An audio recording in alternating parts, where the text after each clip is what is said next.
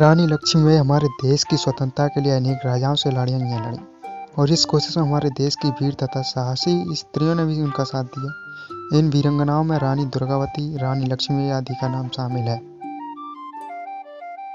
रानी लक्ष्मीबाई ने हमारे देश और अपने राज्य झांसी की स्वतंत्रता के लिए ब्रिटिश राज्य के खिलाफ लड़ने का साहस किया और अंत में वीरगति को प्राप्त हुई। लक्ष्मीबाई जीवन परिचय। नाम मणिकर्णिका तांबे। विवाह के पश्चात लक्ष्मीबाई नेवलेकर। जन्म सन 1828, मृत्यु सन 1858, 29 वर्ष। पिता मोरपंत तांबे, माता भागीरथीबाई। पति झांसी नरेश महाराज गंगाधर राव नेवलेकर। संतान दामोदर राव, आनंदराव। दत्तक पुत्र। घराना महाराष्ट्र साम्राज्य। उल्लेखनीय कार्य सन 1857 का स्वतंत्रता संग्राम।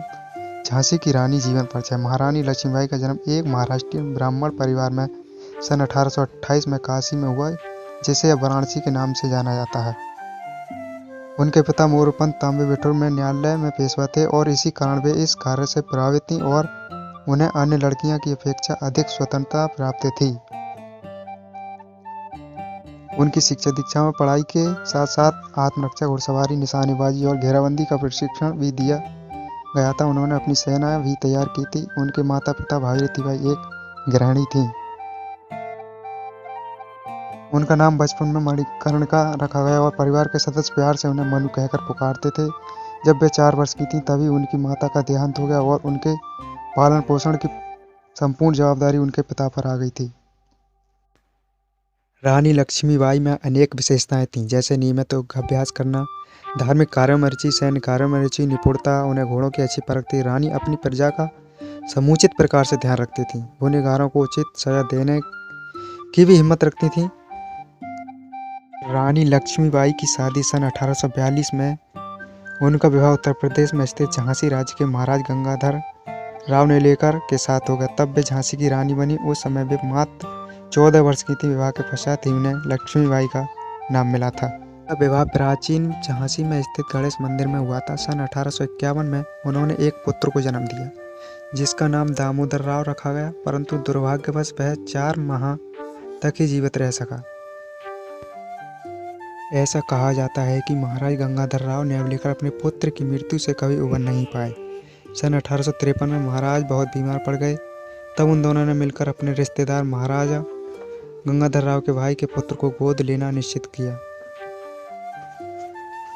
इस प्रकार गोद लिए गए पुत्र के उत्तराधिकार पर ब्रिटिश सरकार का कोई आपत्ति न ले, इसलिए यह कार्य ब्रिटिश अफसरों की उपस्थिति में पूर्ण किया गया। इस बालक का नाम आनंद राव रखा था, जिसे बाद में बदलकर दामोदर राव रखा गया था। रानी लक्ष्मीबाई का उत्तराधिकारी बनना। 21 नवंबर सन 1853 में महाराज गंगाधर राव नेवलेकर की मृत्यु हो गई। उस समय रानी की आयु मात्र 18 वर्ष थी, परंतु रानी ने अपना धैर्य और साहस नहीं खोया और बालक दामोदर राव की आयु कम होने के कारण राज्य कार्य का उत्तरदायित्व महारानी लक्ष्मीबाई ने स्वयं पर ले लिया। उस समय लॉर्ड डलहौजी गवर्नर था। उस समय ये नियम था कि शासन पर उत्तराधिकार तभी होगा जब राजा का स्वयं का पुत्र, यदि पुत्र ना हो तो उसका कोई राज्य ईस्ट इंडिया कंपनी में शामिल किया जाएगा और राज्य परिवारों को अपने खर्चों हेतु पेंशन दी जाएगी। उसने महाराज की मृत्यु का फायदा उठाने की कोशिश की। वह झांसी को ब्रिटिश राज्य में मिलाना चाहता था। उसका कहना था कि महाराज गंगाधर राव नेवलेकर और महारानी लक्ष्मीबाई की अपनी कोई संतान नहीं है और उसने इस प्रकार गोद लिए गए पुत्र को राज्य का उत्तराधिकारी मानने से इनकार कर दिया। तब महारानी लक्ष्मीबाई ने लंदन में ब्रिटिश सरकार के खिलाफ मुकदमा दायर किया था। वहां पर उनका मुकदमा खारिज कर दिया गया। साथ ही यह आदेश भी दिया गया कि महारानी झांसी के किले को खाली कर दें और स्वयं रानी महल में जाकर रहें। इसके लिए उन्हें 60,000 रुपये की पेंशन दी जाएगी, परंतु रानी लक्ष्मीबाई ने अपनी झांसी को न देने के फैसले पर अड़िग रहीं। वे अपनी झांसी को सुरक्षित करना चाहती थीं, जिसके लिए उन्होंने एक नई सेना बनाई। संघर्ष की शुरुआत मेरी झांसी नहीं दूंगी। 7 मार्च 1854 को ब्रिटिश सरकार ने एक सरकारी गजट जारी किया, जिसके अनुसार झांसी को ब्रिटिश राज्य में मिलाने का आदेश था। लक्ष्मीबाई को ब्रिटिश अफसर एलिस द्वारा ये आदेश मिलने पर उन्होंने इसे मानने से इनकार कर दिया और कहा, मेरी झांसी नहीं दूंगी। और अब झांसी विद्रोह का केंद्रीय बिंदु बन गया। रानी लक्ष्मीबाई ने कुछ अन्य राजाओं की मदद से एक सेना तैयार की, जिसमें केवल पुरुष ही नहीं अपितु महिलाएं भी शामिल थीं, जिन्हें युद्ध में लड़ने के लिए प्रशिक्षण दिया गया था। उनकी सेना अनेक महारथी भी थे, जैसे गुलाम खान, दोस्त खान, खुदाबख्श, सुंदर मुंदर, काशीबाई, लाला भाऊ बख्शी, मोतीबाई, दीवान रघुनाथ सिंह, दीवान जवाहर सिंह आदि उनकी सेना में लगभग 14,000 सैनिक थे। 10 मई 1857 को मेरठ में भारतीय विद्रोह प्रारंभ हुआ, जिसका कारण था कि जो बंदूकों की नई गोलियां थीं उस पर सुअर और गोमांस की परत चढ़ी थी। इससे हिंदुओं की धार्मिक भावनाओं को ठेस लगी और इस कारण विद्रोह देश भर में फैल गया था।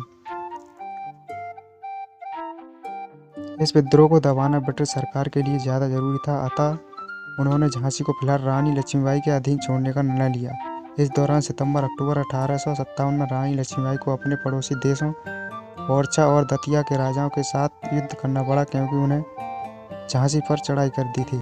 कुछ समय बाद मार्च 1858 में अंग्रेजों ने सर ह्यू रोज के नेतृत्व में झांसी पर हमला किया और तब झांसी की ओर से तात्या टोपे के नेतृत्व में 20,000 सैनिकों के साथ ये लड़ाई लड़ी गई, जो लगभग 2 सप्ताह तक चली। अंग्रेजी सेना किले की दीवारों को तोड़ने में सफल रही और नगर पर कब्जा कर लिया। इस समय अंग्रेजी सरकार झांसी को हथियाने में कामयाब रही और अंग्रेजी सैनिकों द्वारा नगर में लूटपाट भी शुरू कर दी गई। फिर भी रानी लक्ष्मीबाई किसी प्रकार अपने पुत्र दामोदर राव को नहीं छोड़ा।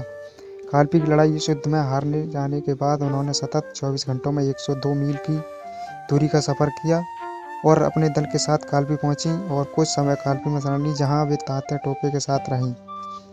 तब वहां के पेशवा ने परिस्थिति को समझकर उन्हें शरण दी और अपना सैन्य बल भी प्रदान किया। मई 1858 को सर ह्यू रोज ने कालपी पर आक्रमण कर दिया। तब रानी लक्ष्मीबाई ने बड़ी ही वीरता और रणनीति पूर्वक उन्हें परास्त किया और अंग्रेजों को पीछे हटना पड़ा। कुछ समय पश्चात सर ह्यू ने रोज कालपी पर फिर से हमला किया और इस बार रानी को हार का सामना करना पड़ा। युद्ध में हारने के पश्चात राव साहेब पेशवा बंदा के नवाब तात्या टोपे, रानी लक्ष्मीबाई और अन्य मुख्य योद्धा गोपालपुर में एकत्र हुए। रानी ने ग्वालियर पर अधिकार प्राप्त करने का सुझाव दिया ताकि वे अपने लक्ष्य में सफल हो सकें। वहीं रानी लक्ष्मीबाई और तात्या टोपे ने इस प्रकार गठित एक विद्रोही सेना के साथ मिलकर ग्वालियर पर चढ़ाई करी थी।